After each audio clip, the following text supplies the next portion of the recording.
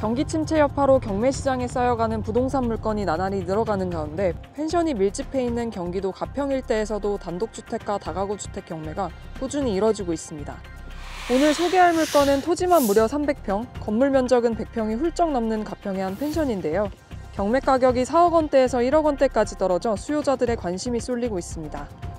이미 올해 5월 3억 원대에 낙찰된 이력이 있지만 낙찰자가 대금을 납부하지 않아 재매각 절차가 이뤄지고 있는 물건인데 한 차례 주인을 찾을 뻔했던 이 물건, 어떤 이유 때문에 유찰이 거듭되고 있는지 헤럴드경제 부동산 360에서 자세한 내용을 살펴봤습니다. 지금 저는 가평 목동 근린공원에 와 있는데요. 이곳에서 자차로 3분 거리에 경매 절차가 진행되고 있는 가평 펜션이 있습니다. 해당 물건에는 수영장과 바베큐장 그리고 오두막도 있다고 하는데요. 오늘 한번 현장을 둘러보겠습니다. 그럼 가보실까요?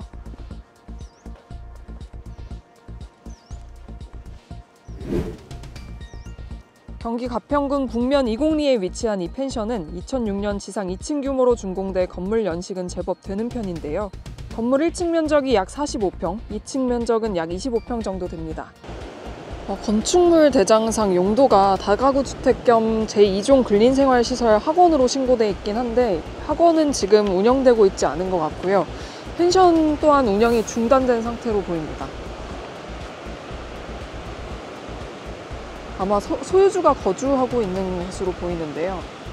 감정가는 약 4억 7천만 원이고 그중 토지값이 2억 5천만 원에 달합니다. 감정평가서를 보면 제시외 건물인 바베큐장과 수영장, 창고와 오두막, 그리고 1, 2층 보일러실과 현관도 함께 포함됐습니다. 제시외 건물 중에선 수영장이 1274만 원으로 가치가 가장 높은 것으로 평가됐고 펜션 대지에는 950만 원으로 가격이 책정된 소나무와 밤나무 등 수목도 심어져 있습니다. 저쪽에 수영장이 있는 것 같습니다. 이쪽엔 지금 울타리가 쳐져 있어서 들어가 보지는 못할 것 같고요. 올해 4월 감정가의 첫 경매가 진행됐지만 유찰된 후 5월 두 번째 경매에서 3억 5,500만 원에 응찰한 한 법인이 낙찰받았었는데요. 그러나 이 법인이 대금을 납부하지 않아 8월부터 재매각 절차를 밟아왔습니다. 8월 경매에서 유찰되고 이달 10일 진행된 네 번째 경매에서도 주인을 찾지 못해 다음 달 14일 최저입찰가 약 1억 6천만 원의 매각 절차가 진행될 예정입니다. 최저입찰가가 토지값보다 저렴해진 건데요. 그 낙찰받은 분이 그 네. 대금을 지금 미납한 거잖아요. 근데 뭐 지금 납부하면 그분이 뭐 다시 안 돼. 그분은 이제 실격됐어. 실격된 거예요? 그냥 계속 재매가 한 게 대금 미납한 사람이 언제까지 낼 수 있냐면 네. 다음 매각일 3일 전까지는 이자 내금에 유효한데 네. 이분은 그 뒤로도 두 번 또 유찰됐잖아요. 그럼 아예 그래서 기회가 앞전에 하신 분은 이제 기회가 없고 참여를 못 하고요. 앞서 한 차례 3억 원대 가격에 낙찰됐던 펜션 물건 가격이 왜 1억 원대까지 떨어지게 된 걸까요? 입지를 먼저 살펴보면 가평군 북면 내에서도 비교적 시내에 위치해 있습니다. 물건 바로 앞에 천이 흐르고 있고 인근으로 여러 펜션과 캠핑장이 자리 잡고 있는데요. 또한 근처에 목동초와 가평북중 등 학교와 가평교육청 관사, 그리고 박물관 등이 펜션에서 500m 이내 거리에 있고 목동 시외버스 터미널은 걸어서 10분 거리에 있습니다. 거기에 북면생활공원, 근린공원도 이용할 수 있습니다. 이런 조건들만 살펴보면 상당히 괜찮은 물건 같은데요. 왜 유찰이 거듭됐을까요? 1억대까지 떨어졌잖아요. 네네. 그래서 저는 앞전 한 2억대는 되지 않았을까 했는데 의외로 또 떨어졌더라고.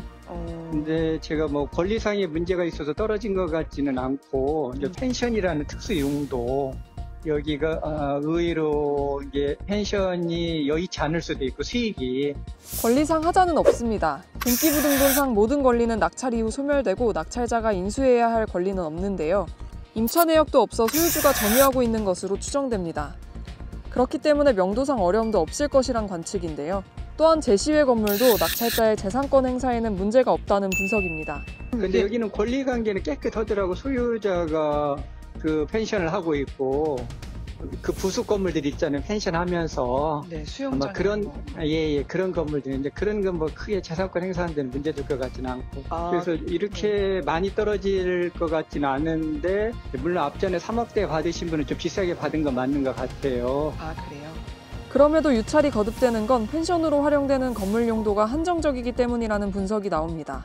대지 규모가 워낙 큰 데다 펜션으로 운영돼 왔던 만큼 숙박업 관련 종사자가 아니라면 응찰하기에 한계가 있다는 건데요.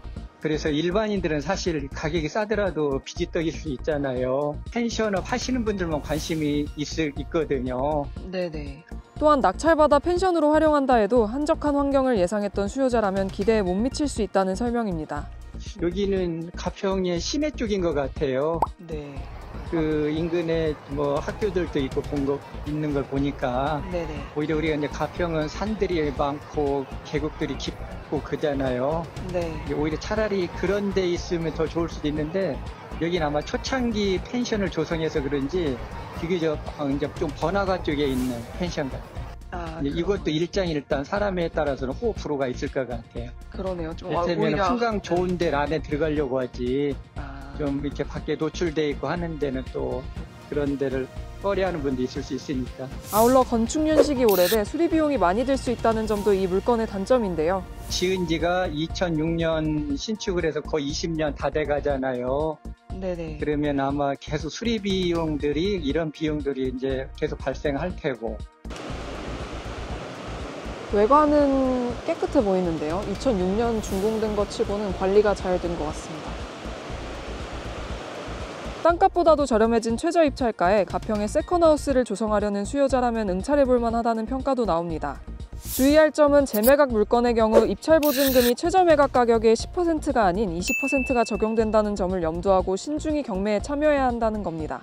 그쵸. 땅도 한 300평 정도 네, 되던데. 땅도 꽤 크고, 예, 옆에 관리하기가- 천변 근처이고, 예. 그래서 이거는 일반인들이 그냥 세컨하우스로는 땅만 보고 들어가야 될 거예요. 그런 분들. 그러면 괜찮아요. 또 워낙 떨어져가지고 지금 5, 60만 원대 평당 그렇게밖에 안 드는 것 같아요. 그러면 이제 건축 비용이 좀 많이 들긴 하는데, 아, 네네.